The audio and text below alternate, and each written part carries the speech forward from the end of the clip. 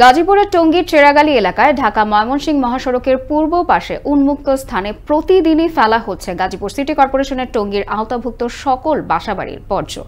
ময়লার স্তূপ রাস্তার একাংশ দখল করে ফেলায় চলাচলে যেমন বাধা সৃষ্টি হচ্ছে, তেমনি দুর্গন্ধে অতিষ্ঠ হয়ে উঠেছে এলাকাবাসী। এতে ভোগান্তি পৌঁছেছে চরমে। সিটি কর্পোরেশন বলছে বিকল্প জায়গা না থাকায় স্থানটি ব্যবহার করা হচ্ছে।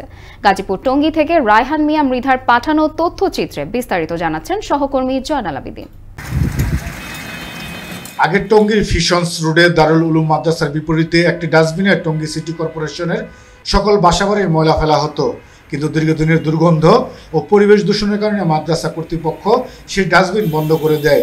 বিকল্প কোনো নির্ধারিত জায়গা না থাকায় এখন রাস্তাতেই ফেলা হচ্ছে প্রতিদিনের বর্জ্য। যখন আমরা এদিক দিয়ে চলাচল করি তখন ভাই গন্ধে নাক মুখ জায়গা ধরে রাখি, তারপরেও গন্ধে ভাই আমরা টিকতে পারি না, চলাচলে খুব আমাদের বিঘ্ন ঘটে। এখানে বিশেষ করে আমরা যাতায়াত করতেই পারছি না, তার জন্য এই দায় কে নেবে? এই সিটি দায় কে নেবে? তার জন্য আমরা চাচ্ছি সরকার যেন ভালো কোনো উদ্যোগ নেয়, যেখানে এখানে ময়লা আর না ফেলায়। বর্জ্যবাহী গাড়িগুলো প্রতিদিন সকাল থেকে দুপুর পর্যন্ত এখানে ময়লা ফেলে যাচ্ছে, অথচ কোথাও নেই কোনো ডাস্টবিন, নেই কোনো সতর্কতা বা স্বাস্থ্য সুরক্ষার ব্যবস্থা।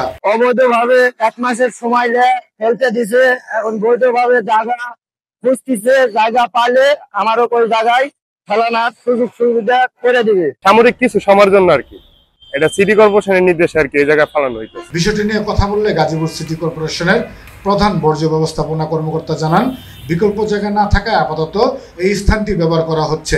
জনগণকে একটা ভালো সুবিধা দেওয়ার জন্য আমরা চেষ্টা করব। টঙ্গী এলাকায় আমরা জায়গা খুঁজতেছি, আমরা সরকারি এবং ব্যক্তিগত পর্যায়ে জায়গা খুঁজতেছি। কেউ যদি বিক্রি করতে আগ্রহী থাকে আমরা সেখানে এসটিএস নির্মাণ করব। একদিকে ব্যস্ত মহাসড়কের ধারে উন্মুক্ত বর্জ্য স্তূপ, অন্যদিকে বাসিন্দাদের স্বাস্থ্যহানি হচ্ছে। এই চিত্র শুধু টঙ্গীর নয়, বরং গোটা শহরের পরিবেশ ব্যবস্থাপনার হতাশাজনক চিত্র। জনদুর্ভোগ কমাতে দ্রুত কার্যকর ব্যবস্থা গ্রহণের দাবি স্থানীয় জনগণের। জয়নাল আবেদিন, আনন্দ টিভি, ন্যাশনাল ডেস্ক।